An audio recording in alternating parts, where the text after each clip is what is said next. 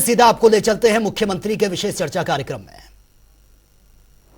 उसी क्रम में आज मैं ऐसे बंधुओं से बात कर रहा हूं जिनके जीवन का एक सपना अपना घर बनाना था और वो अपने सपने को साकार कर चुके हैं। हम जानते हैं कि प्राचीन काल से ही घर बनाने का एक उद्देश्य भी होता था, सपना भी होता था। हर व्यक्ति अपनी क्षमता के हिसाब से उसका पूर्ण करता था। विशेष तौर पर जो गरीब लोग होते थे उनके घर बनाने का सपना कई बार स्वयं वो पूरा नहीं कर पाते थे, तो सामाजिक तौर पर एक इस प्रकार की व्यवस्था बनी थी कि लोग एक दूसरे की सहायता करते थे, घर बनाते थे। चाहे वो झोपड़ी बनाने का काम होता था तो भी सामान छोटा बड़ा वो आसपास के लोगों के सहयोग से पूरा करते थे।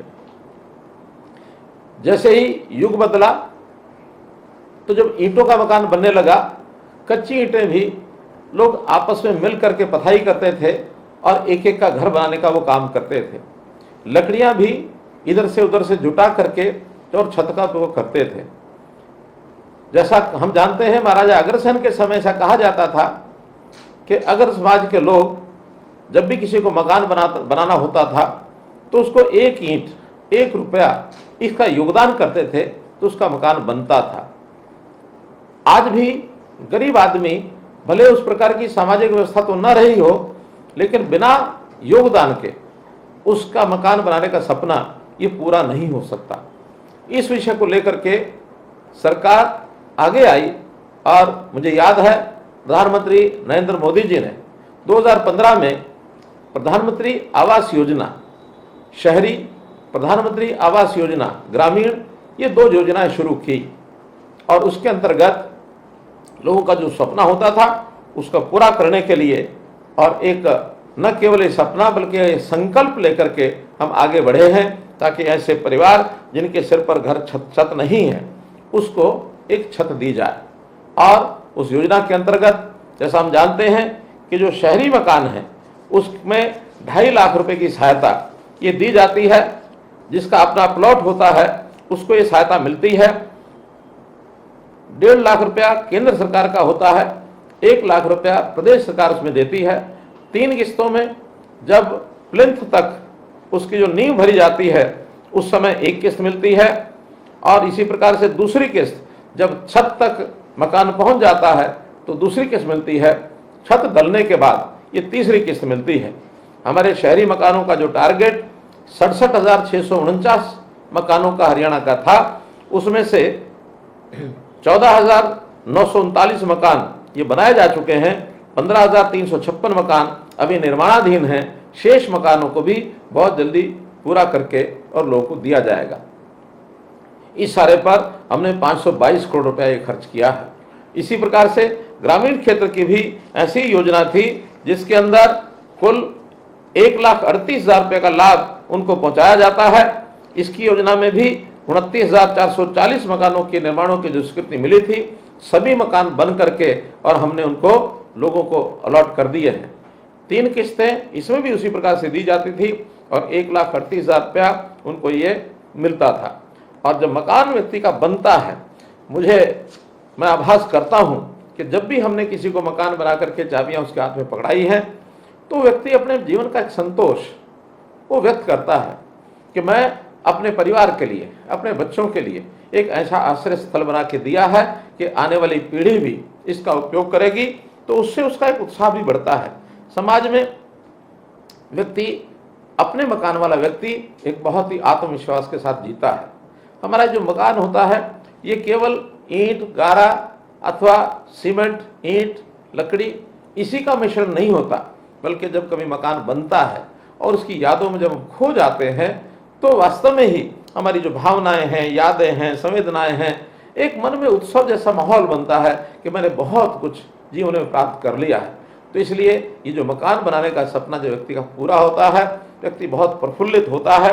हम चाहते हैं कि इस प्रकार की सहायता समाज में सब लोगों को मिलनी चाहिए और जब समाज को मिलेगी, मकान उसका चाहे अपना छोटा हो अथवा बड़ा हो, व्यक्ति उसी से संतोष व्यक्त करता है।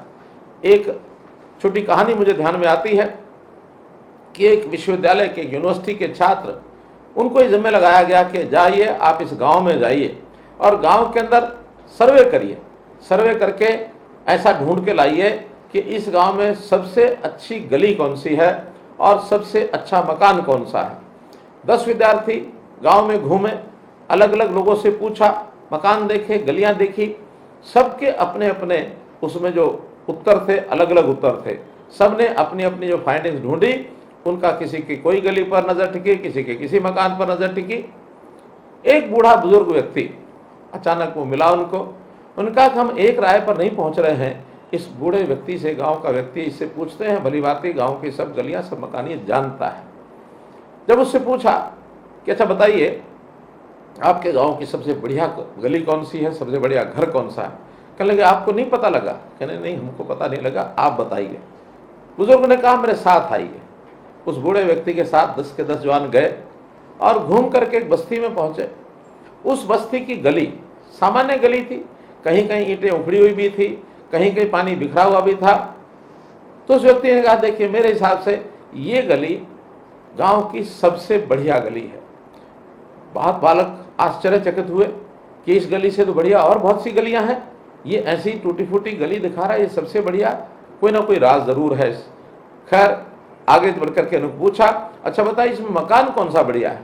थोड़ी दूर आगे उस गली में ले जा करके एक मकान के सामने खड़ा होता है और नौजवानों को, कॉलेज के विद्यार्थियों को, यूनिवर्सिटी के विद्यार्थियों को बताता है देखिए ये सामने मकान यही सबसे बढ़िया मकान है।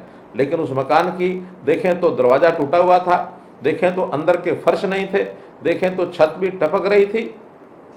तो उस बुजुर्ग से पूछा ऐसा कैसा कह सकते हैं कि गांव की ये सबसे बढ़िया गली है और ये सबसे बढ़िया मकान है? कहने लगे कारण आपको पता नहीं होगा, मैं इसका कारण बताता हूँ। मेरे लिए ये गली सबसे बढ़िया गली है गांव की और ये घर सबसे बढ़िया घर है गांव का, क्योंकि ये मेरी गली है और ये मेरा घर है। अर्थात व्यक्ति की भावनाएं जिस घर के साथ, वो केवल मकान नहीं होता, उसका घर होता है, उस घर के साथ जब भावनाएं जुड़ती हैं वही उसके लिए सुख का कारण, प्रेरणा का कारण, उसके आनंद का कारण वो बनता है।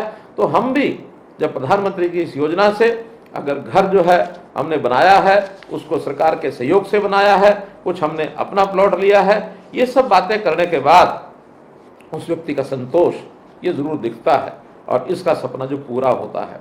हमने आगे चल करके ये भी कहा है कि व्यक्ति मकान केवल ईंट गारा और जो हम सीमेंट का घर देखते हैं और जो पैसा लगता है उसी तक सीमित नहीं रखते हैं, बल्कि उस घर की सुविधाएं वो भी उसकी बनी रहनी चाहिए।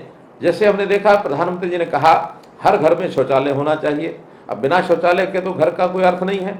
हर घर में नल से जल पहुंचना चाहिए, बिना नल से जल पहुंचे तो घर नहीं है। हर घर की रसोई में गैस पहुंचनी चाहिए, ये भी घर का ही एक अंग है।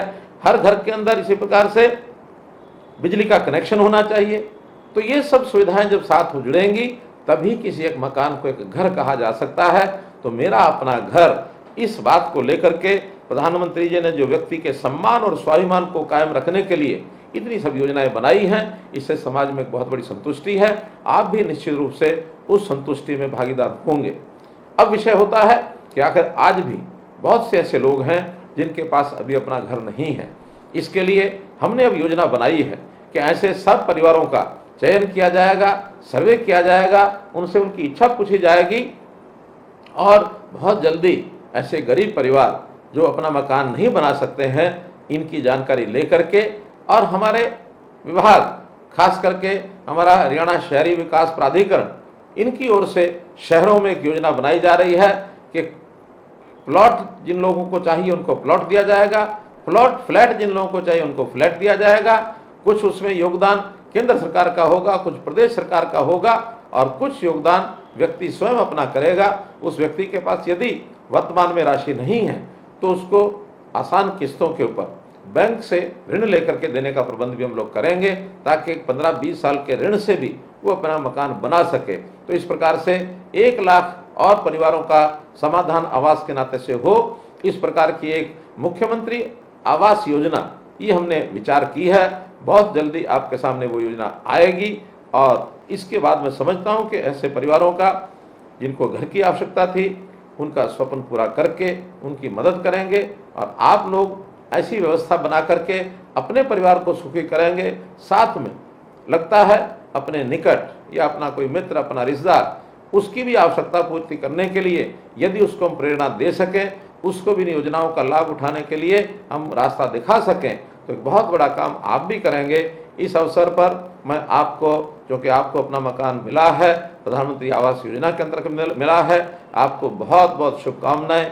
और इस प्रकार से आपको शुभकामना देते हुए मैं प्रधानमंत्री जी का भी धन्यवाद करूंगा कि उन्होंने इस योजना में और हमको सबको सहभागी बना करके आगे बढ़ाया है। बहुत बहुत धन्यवाद, बहुत बहुत आभार। सीधी लाइव तस्वीरें आप देख रहे थे, जहां पर मुख्यमंत्री मनोहर लाल संबोधित कर रहे थे। पीएम आवास योजना के लाभार्थियों से सीधा संवाद ये उनका था। ऑडियो कॉन्फ्रेंसिंग से चर्चा में मुख्यमंत्री जुड़े और मकान मिलने पर सबसे बड़ी खुशी होती है, ये उन्होंने कहा है। 2015 से पीएम आवास योजना की शुरुआत हुई और हरियाणा में 14,039 के आसपास ये मकान मिले हैं और तमाम बातों का जिक्र उन्होंने अपने संबोधन में ये किया है।